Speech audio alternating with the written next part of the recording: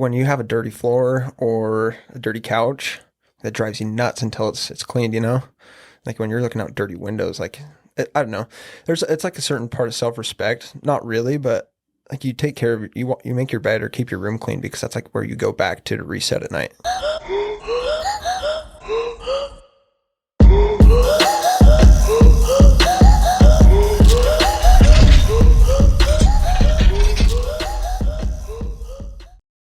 Hey guys, this episode is brought to you by Overstock Dixie. You can go like and follow their Instagram. There's new items that pop up on there every day, multiple times a day. Anything from furniture to tools, electronics, pretty much anything you're looking for. Hey guys, welcome back to the Derick Podcast. We're back in the vault today. We're on episode 111. We've got a local entrepreneur in today. We're going to kind of shift some gears through some stories and talk a little bit about entrepreneurship, how he got started, and we'll just kind of see where it takes us. So today our guest is Jerry Petersen. How's it going, man? Alive and well, man. I can't complain. Been working all day. Working all day, yeah. It's only, 102 out there today? I didn't even have time to look at my phone. It probably doesn't help anyway. No, yeah, It all feels like 110 when you're out there. Is there like because I've always told people like once you hit 105, it's just hot. Yeah. I mean, is that what you think being outside? Yeah. Yeah. And you're from Northern Utah. Mm-hmm. I mean, well, Salt Lake's really not much cooler than us. Are you from Salt Lake or? An hour north, Brigham City. But okay. I tell people like Ogden. Sure. So 20 minutes north of Ogden. Like growing up so I was born in Salt Lake and then we moved down here when I was 7, I think. Into St. George, and in my mind Salt Lake's always cooler, but it's really not. I mean, like a few degrees, but not like Cedar City. Oh yeah. Like I think about up north is what we would call it, right? You're from up north and you'd think it's a lot cooler, and then you go up there when it's 110 in St. George. It's still 100 in Salt Lake a lot of the times. Mm-hmm. I was washing windows just last week, and my brother was like, my little brother runs a team for me up north. Okay. And he was like, dude, I don't even want to go out there today. It's going to be over 100.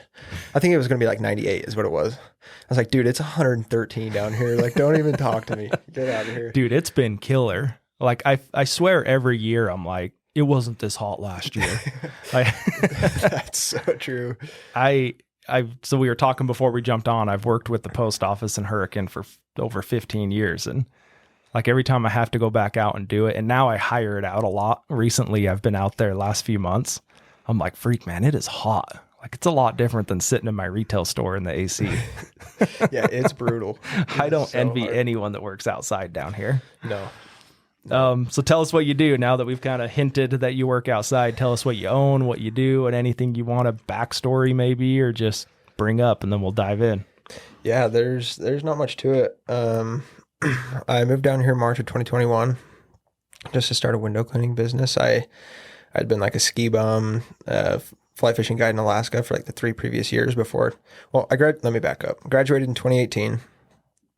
And then, from like 2018 to 2021, my parents were just questioning if I was ever going to be anything. Not really, but I was just trying to figure things out, you know? So I worked at a ski resort. That was a hoot. I loved it. Dug jumps, built rails, and carried kids down the mountain if they bashed their teeth in, you know. And then I was a fly fishing guide in Alaska for a couple months. I was there 5 months. I got home and I was like, what am I going to do? Like, there's nothing going on. I was terrible at school. I mean, like, I think I'm going to off myself here, but like 4 of my friends finished my packets for me to graduate. Like, I just hated it, man. I can focus on things if I'm into it, but if it's not, if I don't, it's game over. I'm the same. I think it's more of an entrepreneur trait, really. I think so too. Yeah, my brothers told me about that. I had never really put it that way, but they said the exact same way you did. They're like, dude, if you cared about it, you're 100% in and you'll finish it to the end. Yeah. There's just not a lot of things about school they cared about. No, I mean, I can't think of the last time I used trigonometry. When you were skiing or fishing, you never did that? Yeah, maybe. I don't know. You cast 45 degrees upstream, maybe. Right. I don't know. So what took you? Well, let's talk about the window business for a little bit. And then I kind of want to dive into Alaska myself. Yeah. But so you have So are you really based here? Are you based up there, or is it a based here team up there, or how does that run? Yeah, based here, team up there. Okay. Excuse me. You're good. Yeah, so I'm from up there, born and raised, 21 years. And then yeah, I moved down here just for window cleaning. Like we didn't have, it was me and my best buddy. We were partners. We started it together. Yeah, we moved down here we didn't have a job lined up. We barely had a place. There was a chick that he knew, and she's like, I've got a spare room that just opened up. Come crash. So we were cuddling up to each other in a queen Nice. bed. But yeah, we just moved down here with a couple squeegees. I think we washed like 1 or 2 houses up there, and then we are like, all right, let's send it. So you didn't have like a full on built business up there. No, I don't even know if we had our pricing down yet. Well, that's actually one of the topics I want to go through on here, but that's good. So I was picturing you already had something up there that your brother kind of continued when you moved, but so what's the business called? 360 window washing. Okay. And I know you have Instagram, you have social medias. How do people get a hold of you? Yeah, Instagram, TikTok, phone number. Whatever. Is it a lot of like, hey man, will you wash mine next? Like, do you get a lot of that? Here and there. It's honestly, for the most part, I just like post a before and after. I've posted a lot of stuff. Like I've had like multiple reels go like into the millions in views, 0 jobs, like not a single job from it. But then I'll like post a little story, like a before and after, and like four moms will be like, hey, my windows are dirty. You want to clean my windows? Yeah. So, I mean, I get some that way, but. And you stay busy enough doing that. Yeah. I haven't had to do anything for marketing in a while, other than, I mean, social media, obviously. Sure. But. And that's like self-ran. You're just doing that yourself pretty much? I was like a month ago, my girlfriend started doing it for me. Nice. Well, she's been kind of working into it for the last 4 or 5 months, but she's been full-time for like a month now. Sweet. So she runs the social media. Give me a call. She'll probably be the one to pick it up. But yeah, she's great. She's handling it all. How many houses are you so we're actually going to talk about this. We'll just get into it now. So you're trying to kind of do a service, like a monthly service contract. Tell me a little bit about that. What are you trying to build into it? Yeah. So I started at the beginning just doing like one-time things. And as I got going for, like a year or 2, I had people who were consistent. And they were just paying the same price every time. I was like, honestly, I don't know. I'm big in the customer experience and taking care of your customers. And, anyways, I wanted it to be worth doing it 4 times a year. But like when you're paying $200 for window cleaning, like that's hard to justify 4 times a year, but down here there's sand everywhere. Mm-hmm. Like you get your windows cleaned in the next week, your tracks are going to be full of dirt. Right. So it didn't make sense for a lot of people to spend that much 4 times a year. So anyways, I just worked in a little deal. We do, monthly, bi-monthly, and then you can do it quarterly or biannually. Okay. So 1, 2, 3, or 6 months. And then the more frequent you do it, the cheaper it goes? Correct. Yeah. Okay. So you start at a 15% discount or 10% discount with the every 6 months, 15% discount with every 3 months, and then like 20 and 25 with bi-monthly and monthly. It's probably easier for you if they're done. Are they easier for you if they're done more often, or does it matter? Oh, okay. Yeah, I just cleaned a house yesterday, and I was like, I really need to talk these guys into my service plan because this house is rough. Yeah. I think last time I did them was like 2 years ago, and I'll probably do them again in 2 years, but yeah, it's going to be rough again. There's just a lot of buildup. Is there hard water? What is it? In most places, like up north, buildup really isn't that bad. We don't have a lot of dust flying around, and I mean, you wouldn't think that the weather, where it's only like 10 degrees difference from here to there, you wouldn't think it'd make that big of a difference, but the sun is just so brutal down here. You get a little bit of sun or sand on your screens or your windows or in the frames, and the sun combined with that, and it's like a river and a weathered rock. Like it just beats them down so fast. Like I'll clean people's houses that got their windows in like 8 years ago, 5 years ago, and they're already trashed.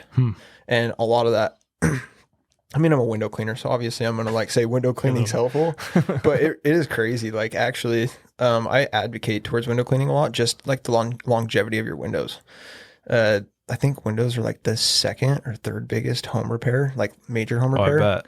Like it happens often. So, I mean, to put like, $150 to $250 into window cleaning, even twice a year, once a year is going to be I would say, I mean, I'm not a scientist, but I would say it would add like 5 or 10 years to your Windows life. I mean, do you recommend it like every month? No, I'm happy to do it. Yeah. I'll take your money, but I would say like if you're just wanting to maintain them, I would say 2 times a year. Down here, up north, you can get away with like 1 time a year. Okay. But So it's like my house, we built at like the end, we're in like the back corner of a subdivision. So it's like we have one house next to us and then it's all desert.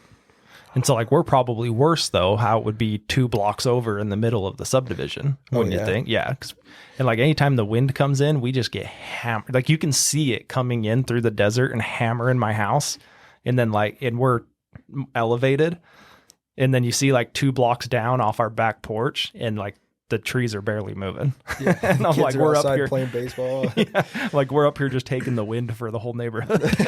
Good wind block. But so even in that situation, it would require more. So it still would, I would imagine it'd still be like house to house, really. Yeah. Yeah. Like down in Little Valley, like that place is a dust bowl. Like those guys, I actually right across the street from Brandon's house, I cleaned their windows and I cleaned them like a month ago and it rained like 5 or 6 days later. I went back and already there was just so much dust in the tracks. I was like, wow. Well, and they're like vacant lot across the street still, right? Yeah. Are they moving a bunch of dirt still? Last time I was out there, they had like truck going back and forth moving dirt. Yeah. I mean, like just today there was like 4 or 5, I mean, probably more than 4 or 5, but there's always dump trucks driving past. And he's the same thing. He's like out on the end of Little Valley. Yeah. So yeah, I could understand that. Yeah. Those guys are just getting smacked. So, I mean, it makes sense. And those guys, they get it done bi-monthly to every 3 months for sure. Shout out Brandon Neal. That's who we're talking about. That's right. Weird. That was a little connection that my boy Jerry, he was talking about Brandon. I'm like, which Brandon is he talking about? And he's like, Brandon Neal. I'm like, oh, dude, the solid guy. I know him. Yeah, that guy. I've met him once. But I mean, I've like seen his podcast and stuff. Dude, he's a stud. He's solid. Brandon Neal is a stud. Jeff Fieldstead is a stud. Like we had him on. I met both of them in studio. Like I knew of them. But the first time I'd ever met him was when they came in and I'd heard Brandon. So I'm trying to be into hunting. Like I've hunted the last, like, I don't know, 9 years, I think. And that's what Brandon Neal does is the Rolling Bones Outfitters and, talking. So I knew his name. His name came up a lot. And then once I finally met him, and then you learned, so they both did Prime America and they built like huge audiences and huge companies. And, they were, giving speeches a lot around the company and whatnot, their employees. And I don't think they call them employees, but anyway, like in front of people is what I'm getting at. And you realize like how much that is tweaked, like their skill set on being able to do that. And so when you put them in front of a mic and sit here and talk, they're extremely comfortable. If that makes any sense. They're like really polished is the way to put it, maybe. Yeah. Yeah. I was just listening to, I think I don't even know what his name is. He's a realtor. But he was just talking. He's like, dude, communication isn't a gift. Like it's a skill set. You've got to develop that. Yeah. And I mean, was that McCrae? No, this was like some big Wall Street realtor. Okay.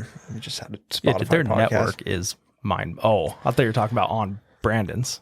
Oh, I was just referring like a podcast that I had listened to that. Yeah. They were just talking about like, you start communicating with people and you're going to get a lot better at it. Like you got to practice it. Yeah. So it makes sense that Brandon is. Well, it's like, are you political at all? Or I guess dude. If you're on TikTok, you know about Vivek, I think is how you say his name. I don't know. He's running Republican Party.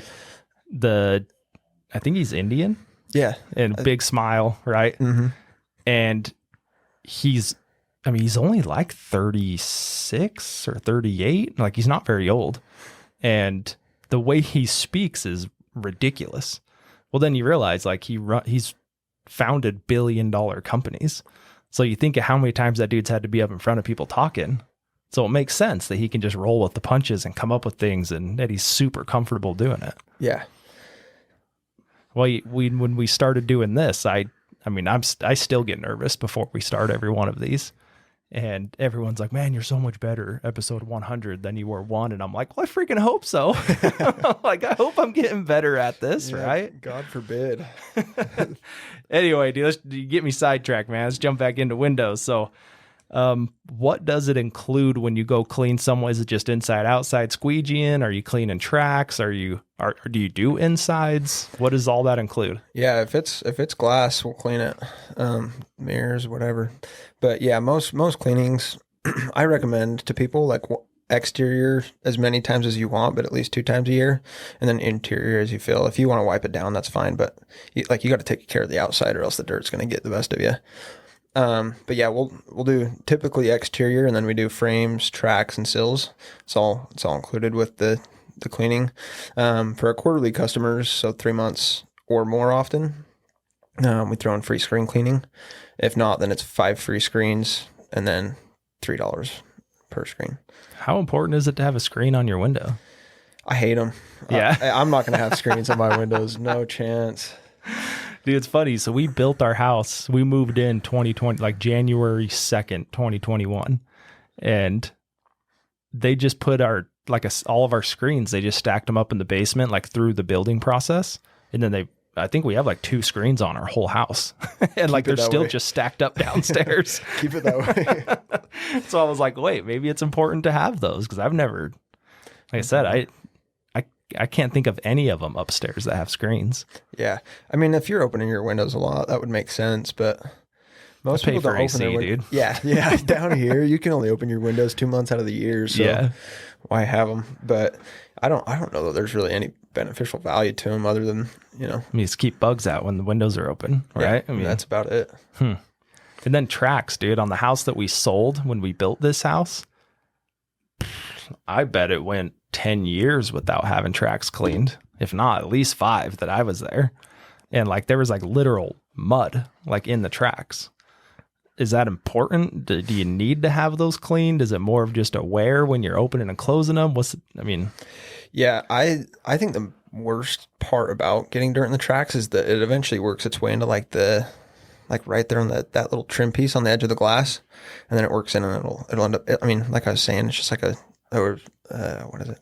A river weathered rock. Yeah. Like you just get the sand and it blows, and then the sun shines on it, and dirt is like the biggest, like it breaks everything down, like if you don't clean your carpets in your car very often, then the dirt's going to break it down. It's the same way with the windows. So like when you start getting like the foggy or haziness in between your panes, the panes separate, like that's what it is. Yeah. I mean, not always, but sure. Down here, it's just as common for the sun to just bake the crap out of it, and then it pops and you're done for. Who knew, dude?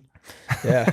Who knew that windows were so crazy? Seriously though, it's nuts, because I always think about like I'll be up cleaning windows, or like, I guess a better example of it would be, I'm super OCD. Like when we got into window cleaning, I cannot I like triple check windows for streaks, and they could be a window that's like maybe in the back of their house in a closet that they haven't opened the blinds to in 10 years, but like I cannot walk away from that thing without making sure it's polished. It's a good trait to have. It is, and it's bad, because I mean, I end up spending 110% on most windows, and like other window cleaners get the job done in the same amount of time. They're at like, 90% proficiency, but they can charge a little bit less, and then I lose my job to it, or lose the quote to it, which is fine. If people are going to be price shopping, that's cool. Yeah. Part of it. But like it is a little bit of a downfall to me, because like you got to be paid for what your time's worth, no matter what you're doing. You flipping patties, like your time's worth something. Yeah. It's the same thing. So we just did a vault door install, and I'm trying to think of how to put this into a nutshell, because I don't know if we have 3 hours for me to tell you about the 7-hour day we had. But basically the hole wasn't as big as it should have been, like the 8-inch thick cement hole. Oh, no. Right? Like the rough door opening. And I knew it was going to be close, but it was definitely under what it was supposed to be. And then, like, long story short, I end up staying there for like 6 hours, grinding concrete, cutting out drywall, cutting out framing so we can get this door put in. And I'm the same way. Like, I'm like, I just can't walk away from this. I have to have it done. Yeah. And then it's like, well, what's all that time worth? And like, I just write it off. I'm like, as long as the customer's happy. But I'm like, no other subcontractor in the world is not going to send an extra bill to that builder. Yeah. You know what I mean? No, seriously. Like my grinder, my multi-tool. Your time? Yeah, I'm like, I'm not a concrete guy. I'm over here like grinding concrete, trying to get this door to fit. Were they there? Was that like a house that was lived in already, or? No, so they were building it, but the owner was there. Okay, so Yeah. hopefully he was able to at least respect the. Well, he was like, so he's one of those, I like him a lot. Don't get me wrong. I like this guy. But it's kind of the nickel and dime, you know, like, dude, I'll be there to help you. So we charge, and I don't, after I just told you, like, don't say prices, right? Yeah. So we charge like $1,200 to $1,500 to deliver and install a vault door. And he's like, what, dude, are you serious? I'm like, it's $1,000, £1,000 door. That's like $7,000 going through your house. Like, is that something you want to roll the dice on? Yeah. Right? Yeah. He's like, I'll be there to help you. And so I was like, all right, dude, I'll take off a little bit because that's one guy I don't have to pay if you want to help us lift. He's a big Marine, you know, so I'm like, he can lift it. And yeah, then he really found out how bad it sucks. Take my money, man. I don't want any part of this. When everything doesn't go perfect. I mean, he was down there grinding too. Like, as the homeowner down there grinding the concrete when I had to step out because I'm like, my nose is like covered in dust. And Probably still blowing up black. Yeah. I told my wife the other day, I was like, I'm still blowing my nose and it's coming out gray. Oh, man. But yeah, so it's the same thing, right? It's like I share the same thing that you do. I have to have it perfect. And I don't want to walk away. And it's not even like I don't want to lose that job for next time or lose that referral for next time. It's just a me thing. Yeah. And it sounds like you're the same.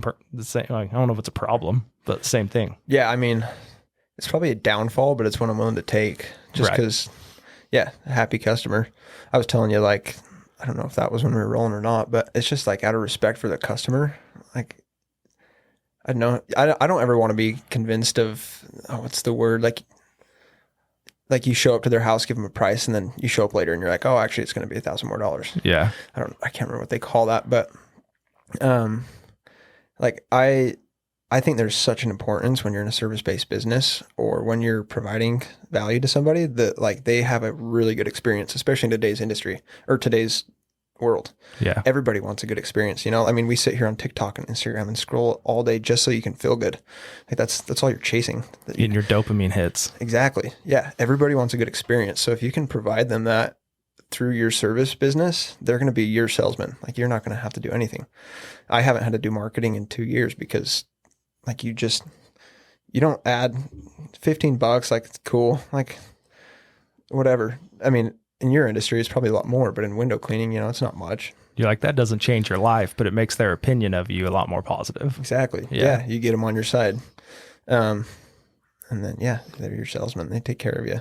Well, and the views that are out here, dude, you guys probably just kill it. Like we built our house the same. Like you come through the front door and you see out the back windows and we're facing like Snow Canyon and Pine Valley.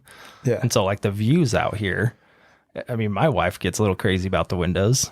Yeah. So like I can understand, like that's a lot of people are going to pay a lot of money because they built the house to face that way to see this view. Yeah. Well, and like most houses, I mean, not most, well, yeah, down here, most houses are like their wall space is 90% glass. Yeah. Like when you have a dirty floor or a dirty couch, that drives you nuts until it's cleaned, you know? Like when you're looking out dirty windows, like, I don't know. It's like a certain part of self-respect. Not really, but like you take care of, you make your bed or keep your room clean because that's like where you go back to reset at night, you know? But like subconsciously that stuff like rides on you. And so when you have a clean space, you can operate a lot better. I'm not saying Windows is the go-to way I get what to you're feel saying, good. dude. But like when you have 90% of your wall space that's covered in dirt, like it's going to be really refreshing to have a clear view to, like you said, Snow Canyon or Pine Valley or whatever it is. And down here, you got 360-degree views anywhere. You can find a beautiful view no matter where you look. Right. Yeah, dude. I mean, there's houses over by us that I swear or like almost the entire back wall is glass. Yeah. Because they're facing north, right? Mm-hmm. Yeah. I guess I've never really thought about that. It's funny when I bring people on and it's like a subject I don't know a ton about. And then we start talking and I'm like, oh shit, dude, you are right. There's some truth to that. That is something I've never thought of. Yeah. So was there a reason you picked Windows or did you kind of get in with someone else or how did that come about? Yeah, I was broke and a squeegee only cost $20. So That's how it works, man. I mean, there's definitely a technique to it though. So how did you, I mean, someone teach it? Did you just figure it out? Did you YouTube it? What'd you do? Yeah, YouTube is the way. I mean, YouTube's changing everybody's life. You can, I don't know, 90% of the entrepreneurs out there are guys that are like, dude, that's a good idea. How am I going to learn about it? YouTube. Right. I mean, it's nice because YouTube seriously has everything. I mean, maybe there's like a unique car model that they don't have the CV axle replacement video on, but other than that, YouTube has everything from the top to the bottom. So yeah, we just searched window cleaning, which obviously would be on there. Yeah. And me and my buddy, his name's Porter. We're no longer business partners. Ended it on a handshake. We're still best friends, but we started it together, and we were sitting on his back patio. We'd like gone to Home Depot and got. Now I can't even believe we were trying to use those squeegees, but we did, and we were sitting back there just trying to figure it out. And we're like, dude, maybe I remember him looking over to me and being like, maybe we should do something else, bro. This is really hard. This is not the move. It's funny too, because like I get people on my like reels or TikToks, and they'll be like, "This is so stupid. Like, imagine wasting your life window cleaning. This is so easy. My grandma can do it." I'm like, "You got to put a squeegee in your hand, dude. This is so hard. Come do it." Yeah, exactly. There's a trick to it. Well, yeah, dude. You watch people do it that know what they're doing, and it's like one continuous motion. And I mean, it's just different. It's like artwork, dude. It sounds stupid to say that out loud, but that's what it is. No, seriously. I tell people all the time, like, I haven't worked a day in 3.5 years just because, I mean, I have. There's days I You've pull my had a hair long out. day today. Yep. Yeah. But like, even today, you know, like you're out there and you take this dirty window and then it's perfectly clear. I mean, nothing's more satisfying than like perfectly clean glass. So I mean, that's what, dude, it's a dopamine hit for you too. Every time you do one, dude, I have an employee. Every time he shows up to work, every time he's like, "Yes, dude, I've been waiting for this all day long. That's I cannot awesome. wait to clean windows. I've been missing this." And it's like been a day. I'm like, all right, like you were here 8 hours ago. yeah, let's get at it. So how did you figure out how to charge people? That's so with my store, I don't know if you've seen it, but we're on like that. There's, I don't know, 6 businesses in the building, but we have like an outside wall. And so we have 5 or 6 like big windows down the side of the building, right? And so everyone hits us up to come wash windows. Oh yeah. And everybody has a different price. So like and they're all different, like way of how they add the price up. Yeah. So how did you guys figure that out and what makes sense? There's a lot of ways guys do it. Like they'll just take the square footage of your building and be like, "Oh, this is probably how many windows there are." I don't know how. I've never quoted that way, so I really don't know how it works. But down here, like you could have a 1,000 square foot house and it's going to have like $250 worth of window cleaning on it. Because of the views. Well, I've seen some of your guys' posts, dude, and some of those houses, like, good hell, like there's a ton of glass on there. How's that AC bill, baby? Yeah. Yeah, I figured coming down here, I was like, there's no generic way. Like one house is different from the next one. So we charge by price and or quantity and size. Okay. So like a window this big is X amount, and then one a little bit bigger is $1 more, one a little bit bigger is $1 more. So we go in $1 increments. That'll never change, but yeah, because I've had guys that are like $40, and then I've had guys that are like 2 and 2 and 3 and 2 and I'm like, you're just making this shit up as you go, man. Like you don't have a system. Yeah. So I've always been curious, like, is there kind of a set price, or are people just throwing something out there and see what sticks? Yeah, I don't know. He could have a system. It's kind of tricky. Commercial is really hard.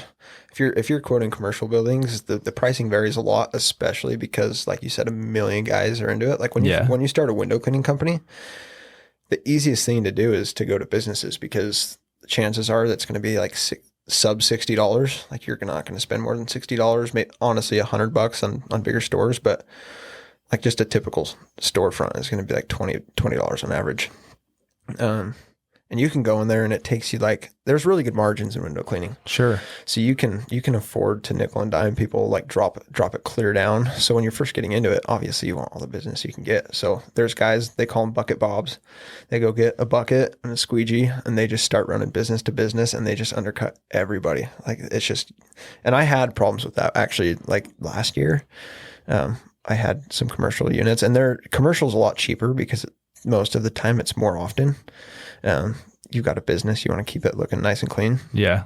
especially if it's like a restaurant, but it's got to be a cheaper rate to be able to afford it that often. Sure. Yeah, there's guys that like, I'm already pretty cheap, and there's guys that were going in and like undercutting me by half. And thankfully I'd done a really good job for most of the store owners. I lost a couple businesses from it.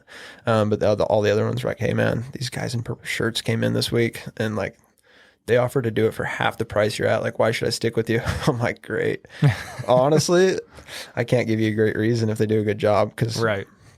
yeah, anybody can sling, not anybody can Not sling anyone. squeegee. You can if you spend the time, but yeah, it's tricky to figure out. I mean, we've had anyone from like full on uniforms, business cards, all the way to like the guy living out of his car that's trying to make enough money to pay for the hotel tonight. Right. Yeah. Like we've had the full range of everything that come into our store. Yeah. And usually what's funny is usually I end up having some sympathy for the hotel guy. I end up throwing him a 50. you Yeah. know? And everyone else, I'm like, dude, I think we're good, man. Appreciate it. I got Windex. We're cool. Yeah. Like my mom usually does them, even though she'd probably pay the $50 to have someone else do it. I'll have to send one of my guys in your store There next you week go, with dude. the hotel pitch. How many employees do you have on average? Now you kind of said it's some more high school employees. I mean, how's that all work? How do you shift all that around, and including up north too? Yeah, so down here I've got 3 part-time guys. During the summer they're full-time. In fact, last week when school started, they put me back out in the field, which has been honestly, again, like I really enjoy cleaning windows, so it's not a problem. But it's yeah, I'm back out sweating, baby. Yeah. So I've got three down here that are part-time, so I'll go clean the first of the day. I'm actually I'm trying to find somebody, a college kid that wants to work full-time. So if you're watching this, There you go. yeah, hit me up, dude. 360 windows. I need to find somebody that can work full time, but right now I run the first half of the day, and then second half of the day when they get out of school, one of them gets out at like 12:30, the other 2 get out at 3. And it's actually nice because like a lot of people don't get home from work till 5, and most people want to be there, you know. Sure. So You're in the kids home, right? yeah, Most I of mean the 1 out time. of 4 times. Okay. Most of the time it's exterior, but even with exterior, you'd be surprised. Like a lot of people want to be there. In today's world, it makes sense, but yeah. So I'm like, I don't want to watch you wash my windows. Yeah. Maybe people do. some people do. It's like free babysitting, man. Their kids just follow us around, and they get to finally get a break. Sorry. No. Employees, part-time, high Yes, school. I've got 3 kids. One of them comes in at 12:30, the other 2 come in at 3, and then Got ya. they'll pick it up. And normally I finish them off around like 5 or 6 all in the day, so that they're done about then. But yeah, I start at 8, wash till 12. First homeboy comes in, wash for another 2 hours, and then the other 2 come, and then from like I'm off at 3, and they're carrying it. So Nice. And then what about up north with your brother? yeah, up north, I really don't have like a full team running up there. It's just like friends and family. Got you. But I mean, it's starting to evolve now. We've got a couple good storefronts and like things. My brother's actually going on a mission next 2 months, November 8th. I'm a bad brother. Like, I'm not even sure what it is. November. But sometime in November. Yeah. He's leaving me, and that kid's a stud. He handles everything for me from billing and, rain moving because of weather and like all the stuff. It's like I should be paying him more. I pay him pretty good, but You hear that, little brother? little brother, yeah. Make sure not Couple to more share the months, man. podcast. You'd be Yeah. stacking bills for a few months. That's right. So yeah, he runs it for me. It just kind of worked out. I was like, dude, I've got jobs. Like I can't be going from down here up there all the time. Yeah. So yeah, I was just like, dude, I've got some jobs. You want to learn how to clean windows? It'd be awesome to have you help me. It's like, yeah, let's do it. And then it just started getting bigger and bigger. And then like his friends and their parents would hit him up to have their windows cleaned. So now I've got 2 guys up there, him and his buddy. And then there's another buddy that does door knocking for him. So Nice. they'll typically start the day with like one house, and then the kid that knocks will go hit like 5 or 6 of the houses around the neighborhood. Hey, we've got an open schedule. Let us clean your windows. We'll give you a discount. And they'll end up hitting like 4 or 5 houses. So What do you do with weather? He kind of mentioned he moves it around with weather. So are you, I mean, if it's going to rain and all that, I imagine you move it. Do you have like any guarantee? Because I've heard one guy told me that, well, if it rains again, we'll come back, yada, yada. yeah. Yeah. So like down here, it varies depending on the service plan that you're with. If you're like one time, You get a 7-day rain guarantee. If you're quarterly or more frequent, then it's 14 days. So anytime in those 14 days, if the rain comes, we'll come back and touch up anything that's affected. Up there, they just run by 7 days strictly. So It's smart, dude. You're like building in more of that value of having the plan. yeah, I like that. you have to take care of the customers. Yeah, I like it, dude. So what's big picture with this? Are you just going to be this huge window mogul, take over Utah? Are you, what's your thoughts? Where you wanting to go? 5-year, 10-year plan? It changes daily. It's getting worse Dude, as time comes. I don't know if I could answer that question, so don't get me wrong. No, it's a good question though. I mean, I'm always asking myself the same thing. I'm like, when I first got into it, I was like, why would I ever give this up? It's my baby. I've grown it from, seriously, I have screenshots from when I first started this. Like I was like putting $10 in my gas tank to, like I had to save the other $10 for whatever the heck I needed to pay for. Yeah. Like I had no money. Like floating to the next week. Yeah. And just praying. I was actually making like jewelry. I would do like the gem rings and like solder silver. I'd just be like praying that one of my friends would hit me up and be like, dude, I want a ring for my girlfriend or something. But what was the question? Big picture. Yeah. I don't know. I would like to keep it for a while. I think I will, unless like somebody throws me a crazy offer. And even then, I think like at this point, it seriously took me from being a ski bum with like not no drive, because I've always been really driven for the things I care about. Maybe direction. Yeah, gave me direction. Like I didn't know where I wanted to go. I knew I didn't want to go to school, and I didn't want to work for anybody else and just that way, I'm bad at taking orders, but you and me both, my friend. Yeah, I don't think there's a bad thing to it, but maybe there is, but if you work for someone else, maybe. Yeah, yep. Every day I've got Grandma Janice just telling me I missed a spot. Not really, but I'm working for that. You're like, you didn't have to tell me. I already know. Yeah, and they can order me around all they want. I'm happy. I'll take good care of them. Yeah. But yeah, I would like to keep it forever, just because like one, it's like a big building block in my life. There's a lot of sentimental value there, and then two, like it's going to be reoccurring income, and everybody knows the value of reoccurring income. So well, and if you can build a team where you're more just running the business back end, not. It sounds like you don't mind being out, being out working, but is that kind of the plan though? Build a team, you more manage it. Are you thinking like exit strategy down the road? Everything's for sale for a certain dollar amount, but something I'm learning right now is like, I've never thought about selling a business. Like all the businesses I've had and currently have, I never thought about selling them. Yeah. And so I have the accountant on the books. I have, we're tracking things better, things that are going in and out of the bank accounts, tracking everything better, having notes attached to everything. So, and I don't plan on selling my safe store, but I want to be in the position to be able to prove it if someone offered. Yeah, I'm in the same boat. I just barely, like when my girlfriend started working for me 5 months ago, she was, I had Google Sheets for like the first 6 months, and I was really strict about it. And after that, I was like, dude, like this is not that serious. You're like, I know. That was my thing, is I was like, I know what I'm doing. Yeah. Like I know the dollars. I know I can balance that. I know the inventory. Exactly. Like that's what it was for me. I was like, we only have 30 safes. Like I can keep those in my brain. I don't need to have a spreadsheet. Yeah. And then now you've ordered 20 and 2 of them need to be delivered and one of them needs to go back to the manufacturer. Yeah. Now I'm like, okay, I need to start being more organized.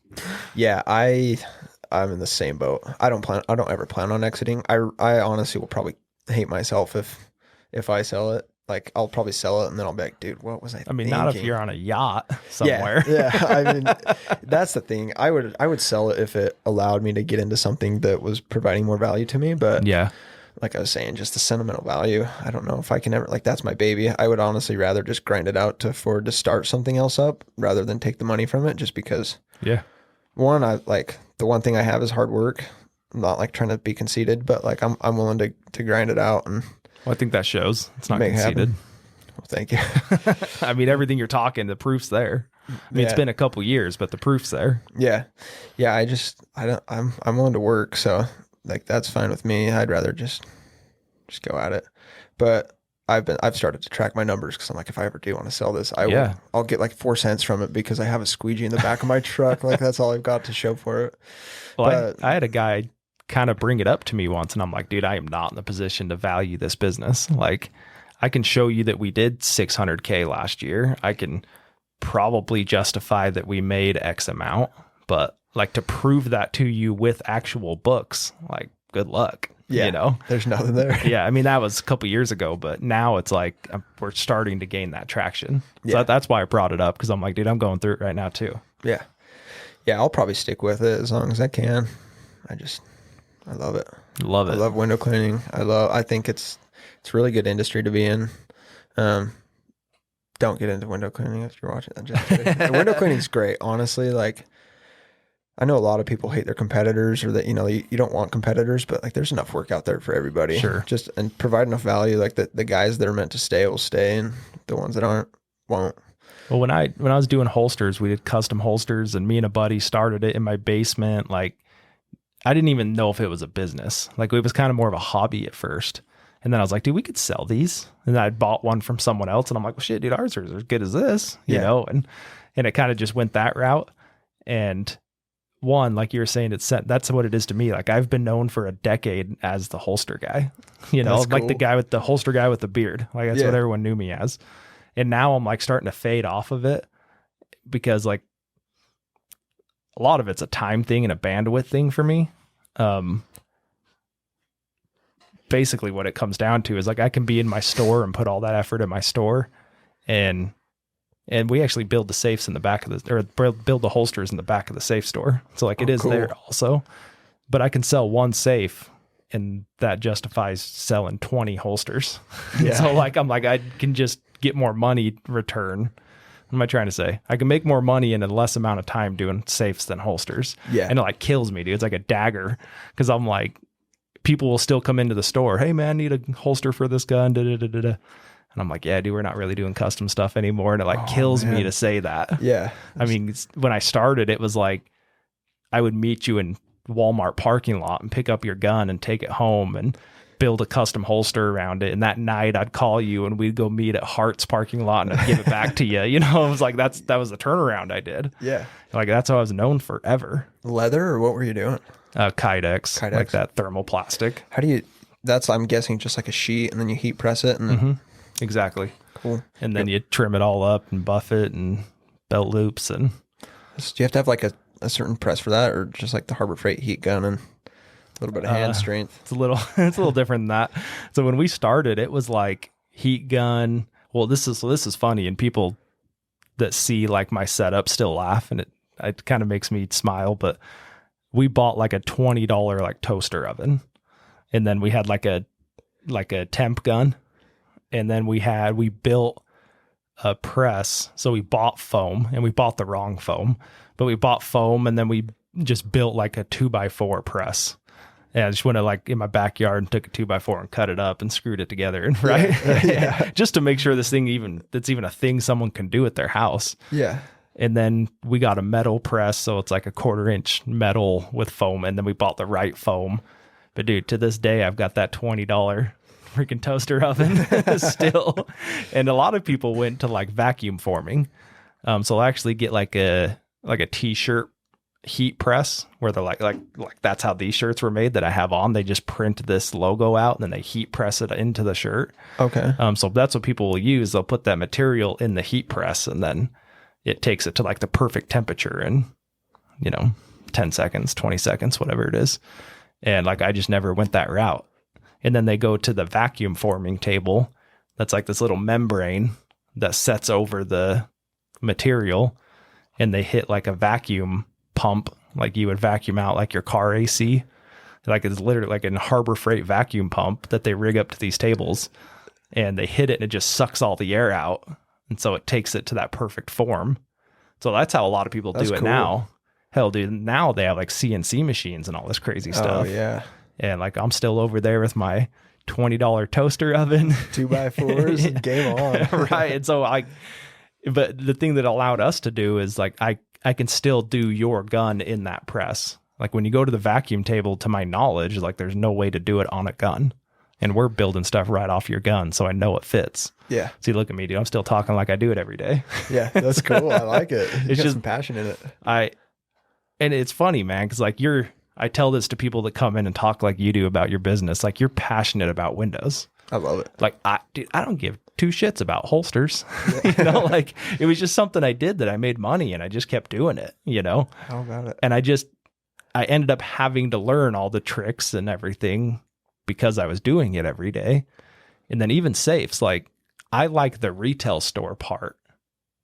And like, I'm fine with safes and I know a lot about them, but I'm not like in there stroking the safes when there's no store, when there's no customers, right? Like it's not that part of it that is for me. It's just having the retail store and interacting. And I mean, the podcast is part of that, just sitting down with someone, just me and you for an hour and a half and hanging out, like that's what it is for me. Yeah, podcasts are dope. I'm liking it.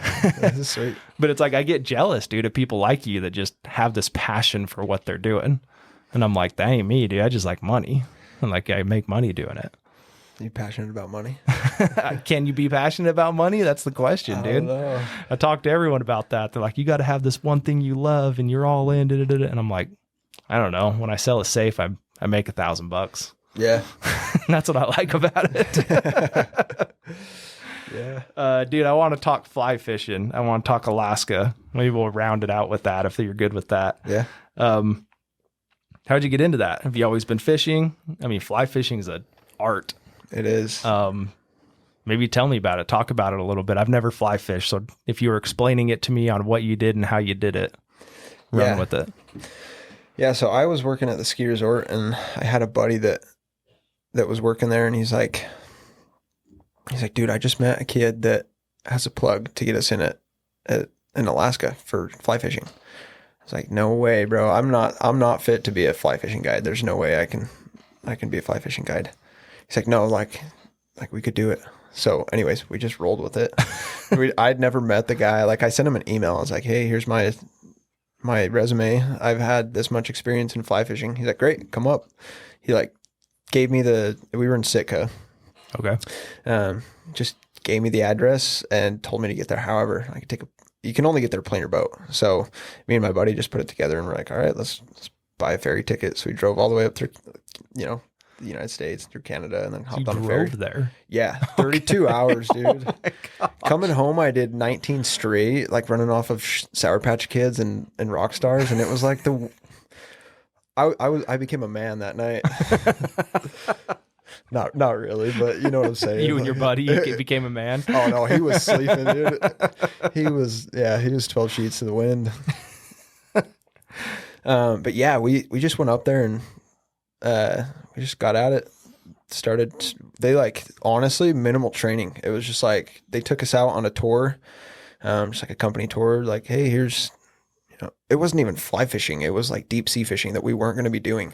They're like, here's Sitka. And then next, like you got a six person group tomorrow, like be here at 12. All right. So we just showed up and like, they did take us up the river once.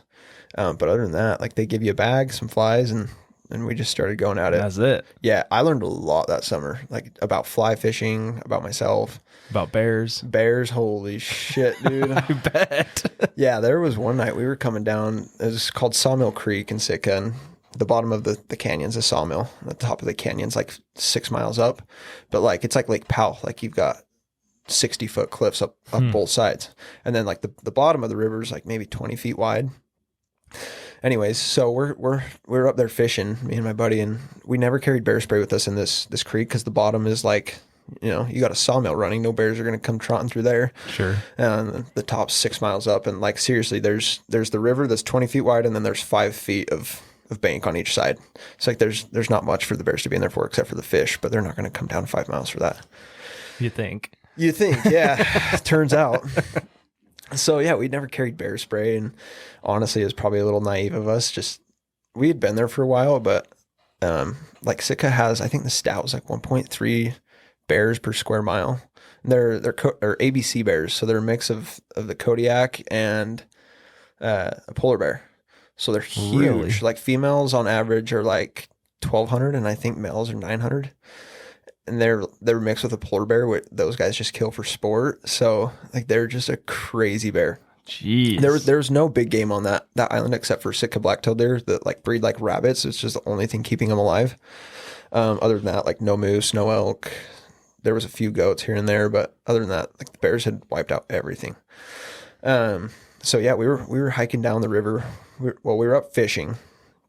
We were like 2 miles up from the car, and it was getting dusk. Like you could barely see where you're going. And you've got people with you? No, this is just Okay. me and my buddy after work. So yeah, we're having a great time. Well, he was having a great time. I was done. I was like, dude, this is the worst day. Like I'm fishing so bad. So I was like, I'm heading down before I can't see. He's like, okay, I'm just gonna throw a couple more casts and I'll be down behind you. So I got running down and got like maybe a mile from him. I started hearing branches break on the other side of the river. I was like, oh great, that can't be a bear though. Like there's no way a bear's in here.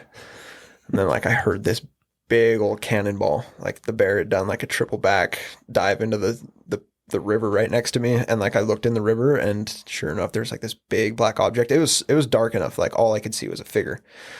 I'm like maybe 10 feet from it sitting on the riverbank. Jeez. And yeah, I don't think it even knew I was there. But when that started happening, like there's a few things they tell you when you see bears, and that's you don't want to surprise them. You don't want to run from them because it's like a dog. You run from a dog and they're like, game on. You. Yeah. So I'm like sitting there freaking out. We don't have bear spray. My buddy's coming down. He didn't get the chance to hear the bear jumping in the river. Like the bear's silent now. He's just swimming around trying to get fish. They're so quiet. Yeah. Was it super like eerie quiet for how big they are? Yeah. Yeah. Yeah. They're sneaky, dude. Those pads, like, yeah, they get around anywhere. Anyways, so I knew that my buddy was coming down behind me, but like, what was I going to do? So I was like a mile from the car at this point. I just started like quick walking towards like the next corner. And like I do a double take on the bear. Finally, I got around the corner and I just beelined it. I dropped my fishing bag, dropped my fishing pole, and just started sprinting for the car where we had like 6 or 7 bear sprays. And like I think I was like 20 years old. I was scared out of my mind. So I took 3 bear canisters per hand. I had them like lined up on this finger, this finger, and this finger. And then all 3 of them, I popped the clips off of them and I just started running up to my buddy. I mean, I don't know why I grabbed 6, but I was going to mess his bear up, dude. He wasn't getting my buddy. So yeah, I ran up there and I was just yelling at the top of my lungs and got back up there and my buddy was right where the bear was at, but no bear to be seen. But like I was freaking out. You think he like spooked it or what? I don't know. I was screaming so loud and like I said, it was like 60-foot walls on both sides. So I'm sure I'm hoping it took off, but I don't know where he would have gone because there's 5 feet of bank on each side. And the side he jumped from had a ledge. So he was probably on the same side of the river. But yeah, I got up there. I was like, dude, do you see the bear? He's like, what bear? There was a bear right there. Anyways. That's terrifying. I mean, are they pretty aggressive? I mean, they're massive. I didn't ever have I had one like actual encounter where they were like coming to check me out. We were out on an ATV tour on like a volcano island and we had a couple clients with us. Same buddy. There's like this meadow you'd stop in to like sit there and watch the bears because they'd be grazing. There's a river we went through they'd eat fish out of. And we were sitting up on this road just looking down into the meadow and this little cub, maybe a little bit bigger than a cub, he was somewhat mature, popped up on the road and was just like super curious. He came like walking over to us. I still have the video of it. Like he's just like, he popped up on the road and like looked at us and then looked the other way and looked back at us and just started walking straight towards us with like no problems. Like, oh, what are these guys doing? What's this? We're like freaking out. We're like yelling at it, you know. It got like 30 or 40 feet away from us and then just dove off the other side of the road and took off. But like that was the closest encounter I'd ever, I mean, other than the river, but like that was the first time like a bear had seen me and been like, I'm going to check this guy out. Because they bolt? Like they usually just bolt? Like take off? Yeah. Yeah, they can run over 30 miles an hour and they can get to that in like 3 or 4 strides, I think. They're fast. Dude, so I've done it this last May and then the last year May. I was going to say yesterday May. Last year May. We did bear hunting in Canada for black bear. Okay. Yeah, but it's totally different experience. Like they're not scared of you in the sense that they're curious, like you were saying. Like this last year, a guy has a video of one walking up and licking its barrel. Like this, I mean, it was a smaller bear, walked right up to the blind and licked the barrel. And I mean, they'll just come right, they'll walk, but if you like twitch or move fast, they'll take off. They're gone. But like you were saying, how quiet they are. I mean, and these are 200, 300 pound bears. So they're quite a bit smaller than what you encountered, but like, dude, they're so silent. Yeah. Like every now and then you'll hear a branch break or a tree. But dude, when they want to be quiet, they're gone. That's all they do every day. They Freaking learn how to be ghosts. sneaky. Got to get their food. Dude, if anyone like I don't know how I feel about being in Alaska around bears, but like where we were at up in Canada, I mean, they're like deer down here. Like they're everywhere. Like Yeah. you're driving down the road and they're just walking across the street. They're everywhere. But for the most part, they're skittish. So like if you yelled at it, it'd just take off. But sitting there in those blinds, dude, and just having bear hanging out. I mean, they're 10 feet from you. I mean, the bait's 30 feet from you. Yeah. And they're just walking around, chilling. I had like 3 cubs walk up on me.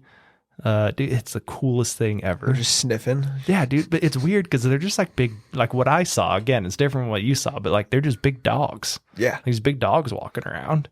And like I have a video of one I took last year. It was like 9 feet from me, and we just had like some brush in between us, and I've got a video of it. Dude, my dumb ass, like I'm sitting there with my phone and you can see my gun laying across my lap, and I've got my phone like videoing this thing. Yeah. Because it was like the 4th bear I'd seen that day. And like at that point, I just wasn't even scared of them anymore, which is probably dumb, but I think it's cool. I wonder like how, I don't know, I'm sure it depends on the breed, but like I think like if you were to actually be able to control your energy, I feel like animals can read energy really well. Like dogs, like, I mean, even my dog, I walk into the house with a little bit more pep in my step than normal, and he's like, all right, I gotta fill this guy out. yeah. I would imagine bears are the same way, especially because like all day, every day, they're working for survival. Yeah. But like, I wonder if you could approach them with like a really humble demeanor. I would never want to test it, but like, I wonder if like, you know, they'd roll over. Not really, but like yeah. If they would not be scared, like not be skittish. Yeah. Yeah. And then you end up like the guy that lived with bears and got ate by them. But like, you know what I'm saying? No, I'm with you, dude. And that's when I show this video to people, they're always like it didn't even like come after you, and I'm like, nah, dude, if anything, if I'd have moved, he'd have just taken off. Yeah. You know? And he ended up being like 6'9", 6'8", 6'9", like 290. So like ended up being a good sized bear. I didn't know it at the time, you know? Like it was the closest any of them got to me. So I didn't know that it was big. Yeah. Until the guide came up after I took it, and they were like, dude, that's a good one. That's a good one. At least 6.5. And I was like, oh, cool. You know, like, Yeah. But I don't know. That's a fun experience. I've talked about it a few times, but Brandon Neal, he has a grizzly. Like he's got a taxidermied at his house. And like, dude, that's a whole nother world. Like going to like what you were doing with Kodiaks and grizzlies, like that's a whole nother world than what I was doing. Yeah, it's crazy.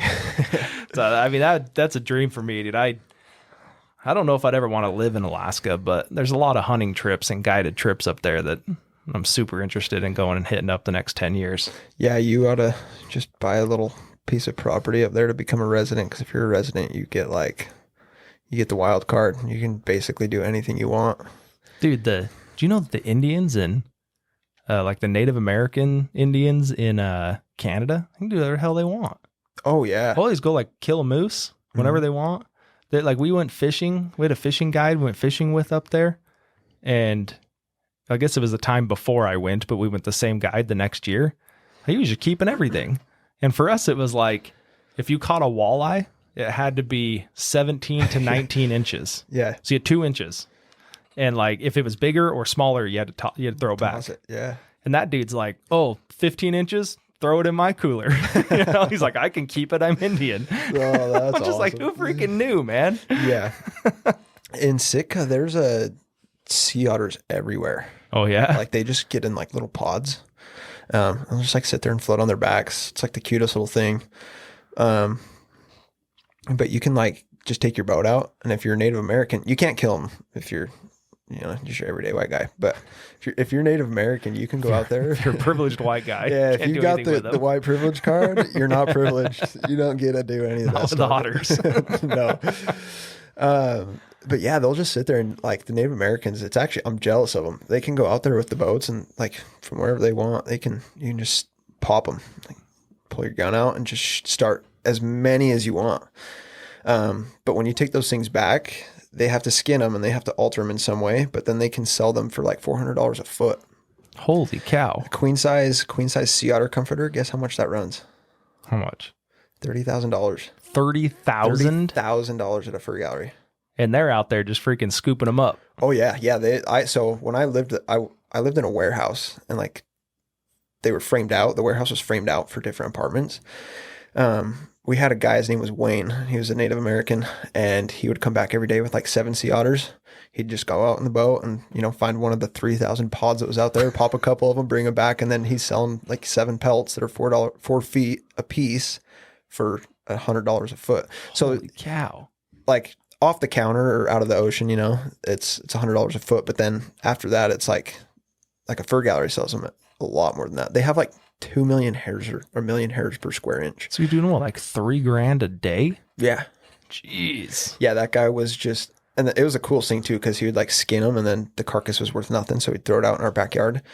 And eagles up there are just like the basic Tweety bird down here. So we'd have like eagles just zooming in like 15 feet away from us and fighting over. Like there'd be like 50 or 60 eagles in our backyard at one time, just That's fighting wild. over carcasses. Yeah, it was cool. Yeah, that's what was crazy up there. It was like they would get beavers. So the trappers with the trap lines and stuff, they'd go trap beavers, and then they would skin them and then give the carcass to the bear hunters. And then they would bait the baits with the bear hunt for the bears with beavers. And then the bears would come in, and you get a bear, and then they skin the bear and give it to the hunter. And then they go put that carcass on another pile, and the wolves come in. And then you can go get a wolf. And I'm like, geez, man, like everyone's always like, do you eat this? Do you eat that? And I'm like, no, they just bait the next thing with it. Yeah. Just work your way down the food chain. Exactly. How about it? Dude, I'm trying to decide if I want to go bear hunting again this next year. But dude, it's the funnest thing. It's so fun to go. And the group of the guys that we went with, so Ryan Knapp is his name. He's buddies with actually Blake with Blue Form, and Brandon and Jeff, and I'm pretty sure Ryan went with them. They all just got back from hunting. Correct, yeah. Right? Yeah.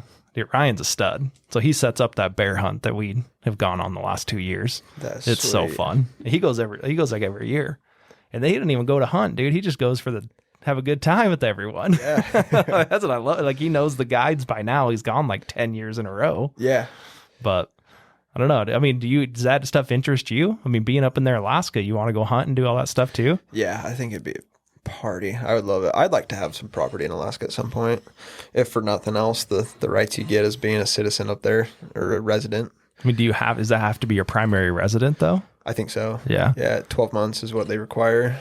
But then you get like as a Sitka resident, you could buy, I think, 5 deer tags for $15 a piece over the counter. You don't even have to draw for them. Jeez. And it sounds like they're everywhere. Yeah. You probably just go smoke them. Yeah. Oh, yeah. You just take your boat out and just like hit the beaches. There'll be one on the beach. Boom. There's one. Throw it in a bag and take it. It's crazy. They have like crazy regulations on, not crazy. It's a good thing, I think. But they have regulations on like field dressing the entire animal. It's like you can't leave any of the carcass behind, I think. Really? Yeah, I think that's Alaska. I never I could actually be did a wrong. hunt, so I don't know. I just got to hear all the fancy numbers. Yeah, because I was looking at I wasn't really looking at it to do it. I just thought it was a cool hunt. It was like a DIY river float. And so it's like you and 2 buddies. So there's not really a guide. Like they set you up with all the equipment and then you go do it. That would be sweet. And I'm like, dude, it was like a moose, a caribou, 2 black bears. I mean, it was like an elk. Like it was like every animal possible. It was like 10 or 12 trophies. Wait, they give you the tags for each of these? Yeah. Yeah. And so I'm like, this would be dope. And so I go talk to my buddy. He's a big hunter. And he's like, yeah, it's cool till you shoot a moose and it gets into the trees. And then you got to go field dress the entire thing out. And when you take that shot, it's just a dinner bell for the grizzlies to come. Oh, yeah. And he's like, so if you don't drop that thing on the riverbank, like you're in trouble. Yeah. And I was like, that's a good point. Think about that. Yeah, that is a good point. But I was like, dude, I wouldn't do it by myself or like with my DIY buddies. But if you really, like if Brandon Neal wanted to do it, dude, I'd be all in. Yeah, cakewalk with that guy. He probably's got the anatomy of every animal in the back of his palm. Seriously. I mean, so where they do their solid podcast is like his man cave. And they've got just like taxidermied animals all over it. It's so cool. Just a little museum of the world's it really creatures. Is, dude. It really, and he's like hunted things that, like he has a doll sheep on the wall that I shouldn't try to guess how rare it is, but like not a lot of people have them at that size, to my knowledge. Like not everyday people have that. And so to see it, it's cool. And then he's got like the grizzly right there. And so some good animals to look at. Brandon Neal's a stud, man. Anyway, anything else? Anything else you want to cover? Drop your socials. Yeah. 360. I think the Instagram's number 3 and then 60 spelt out. And the Windows, 360 Windows. I don't even know what my TikTok is, but you can find me through Instagram. Website, phone number. Yeah, website, same thing. Number 3, 60 Windows, spelt out.com. So 360windows.com. Phone number is 435-720-3517. Call me, text me, whatever. We'll get you taken care of. Do people typically get you on social media? Yeah, it's like maybe like 30, 70. Like social media is 30% of like appointment booking, 70%. A lot of it is like just recurring customers at this point. Sure. Like I honestly pick up like 3 or 4 customers a week, but still pretty good. Yeah, I'm happy with it. That's great. But like we do like 20 to 25 jobs a week, and most of those are just people that we've done in the past. So sure. There's not a ton of booking, but when it is, it's like mostly text and a little bit of Instagram DMs. Awesome, man. Well, dude, appreciate you coming in. Thanks for taking the plunge with the Derick Leg podcast. I know you just did a podcast, but this is your first like in-person one though, right? Yeah. Yeah. It's pretty fun, right? I love it. Have me on again. Bring me on here. We'll do it, dude. Well, me and you will go get some Alaska land and go hunt, and then we'll come back and talk about it. Good deal. I'm in. Take me fly fishing. That's right. Got to exit window cleaning first. There you go. All right. This is my boy, Jeremiah, right? Yep. Petersen. Episode 111, dude. It's all yours. Sweet. It was a pleasure. Okay. We'll wrap it up. Appreciate you guys being with us. If you're still here, please like, share, comment. If you want to interact with Jerry, you can through our platforms or his. Like he said, the letter or the number 3 and then 60 spelled out. Window cleaning. Windows. Yeah, Windows. And that's it. See you guys next week. Boom. Dude, that was a lot of fun. It's fun, right? Yeah.